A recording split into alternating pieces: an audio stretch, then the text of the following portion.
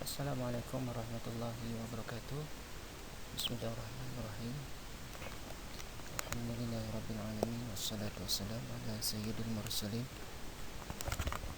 wa ala alihi wa ashabihi ajma'in, amma ba'du. Kembali lagi di pembelajaran bahasa Arab. Selamat pagi, selamat siang, selamat sore, selamat malam untuk pemirsa sekalian. Hari ini kita akan membahas tentang jumlah fi'liyah atau kalimat yang diawali dengan fi'il atau kata kerja. Sebelumnya mari kita awali dengan sama-sama membacakan basmalah. Bismillahirrahmanirrahim. Jumlah fi'liyah. Jadi jumlah fi'liyah ini adalah kelompok kalimat yang diawali oleh fi'il pada susunan kalimatnya. Nah, di dalam pembagian fi'il menurut objeknya, pada pertemuan yang lalu kita sudah membahas tentang fi'il lazim dan fi'il muta'addi. Adapun fi'il lazim kemarin formatnya adalah fi'il ditambah fa'il atau predikat dan subjek. Nah, di sini ada contohnya jalasa Muhammadun, artinya Muhammad telah duduk. Di sini untuk fi'ilnya dia tidak memerlukan objek, maka dari itu dia dinamakan dengan fi'il lazim. Nah, kemudian yang kedua adalah fi'il muta'addi.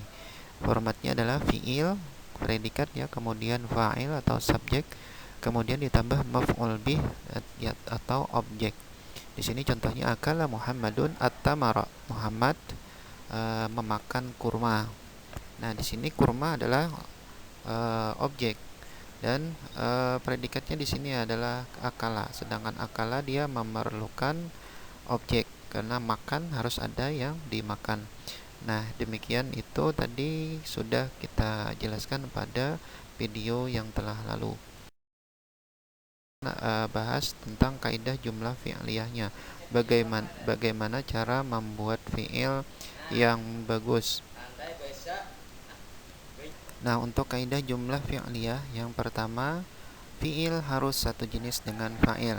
Dari segi apanya? Dari segi muzakkarnya dan muannasnya. Apabila fa'ilnya muzakkar, maka fi'ilnya juga muzakkar.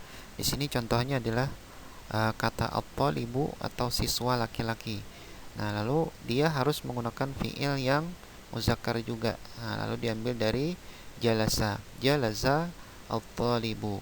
Kalau muannas, dia juga harus muannas juga fiilnya. Contohnya di sini jalasat at-talibatu.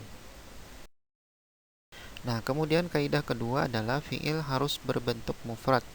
Jadi kalau fa'ilnya ini ada bentuk mufrad atau satu ya, tunggal, kemudian ada yang dua dan ada yang tiga atau jamak, maka fiilnya tetap dengan menggunakan fiil yang mufrad. Di sini contohnya adalah jalasa at-talibu, jalasa at-talibani, dan jalasa at-tullabu.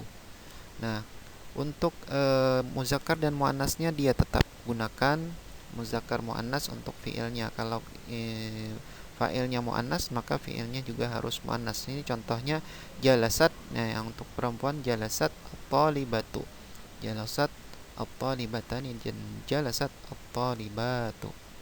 Nah, ini adalah kaidah kedua. Jadi bentuk fiilnya harus berbentuk mufrad saja, tidak menyesuaikan dengan jumlah fa'ilnya. Kaidah ketiga adalah fiil harus dalam keadaan rofa. Apa itu rofa? Rofa itu adalah bagian dari pembagian pengharokatan bahasa Arab di akhirnya. Jadi untuk keadaan ini dia ada 4, ada rofa atau marfu, ada mansub, kemudian ada majrur, dan ada majzum. Nah, untuk yang fa'il ini dia harus rofa. Rofa'nya dengan apa? Dilihat dari jumlah kalimatnya. Kalau kalimatnya itu mufrad atau tunggal, maka mufradnya dengan domah. Domahnya ada di akhir kata. Contohnya ada tolibun. Nah, tolibun ini dia rafa ya, fa'ilnya. Di sini salah tulis saya, bukan fi'il tapi fa'il. Fa'ilnya ya. Fa'ilnya harus dalam keadaan rafa. Nah, fa'il di sini adalah, di sini lihat ada tolibun, ada tolibatun. Jadi baris bun dan tunnya ini maksudnya adalah keadaan rafa dengan menggunakan domah tain. Nah, kemudian ada tasniyah, dia menggunakan alif nun. Contohnya at-talibani atau at-talibatani, sama ya, dia menggunakan alif nun. Kemudian kalau jamak muzakkar salim, maka dia menggunakan waw. Waw ini terletak sebelum nun yang di akhir, jadinya talibuna, ada waw di situ. Itu tanda bahwasanya dia dalam keadaan rafa. Kemudian jamak muannas salim itu dengan domah di akhir katanya, ada at-talibatun ya, talibatun, domahnya di akhir kata. Kalau dia pakai alif lam, tanwinnya hilang, jadi at-talibatu. Nah, kemudian kalau jamak taksir itu domahnya di akhir kata juga sama, tulabun ya, sama di akhir kata. Kemudian isim yang 5 itu ada abuka, akhuka, hamuka, fuka, dan thu. Nah, ini semuanya pakai waw.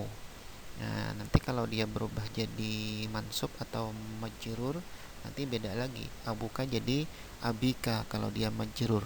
Kalau dia mansub jadi abaka. Nah, di sini dia keadaan rafa, fa'ilnya itu menggunakan waw. Di sini contoh-contohnya ya. Nah, tadi sudah juga dibahas di depan ya. Nah, di sini contohnya zahabat talibu, zahabat talibatu, zahabat talibani, zahabat talibatani, zahabat talibuna, atau zahabat tullabu. Kemudian zahabat talibatu, dan yang terakhir zahaba akhuka. Nah, demikian penjelasan tentang jumlah fi'liyah secara dasar dan sederhana. Semoga dapat membantu pemahaman. Mohon maaf atas segala kekurangan. Assalamualaikum warahmatullahi wabarakatuh.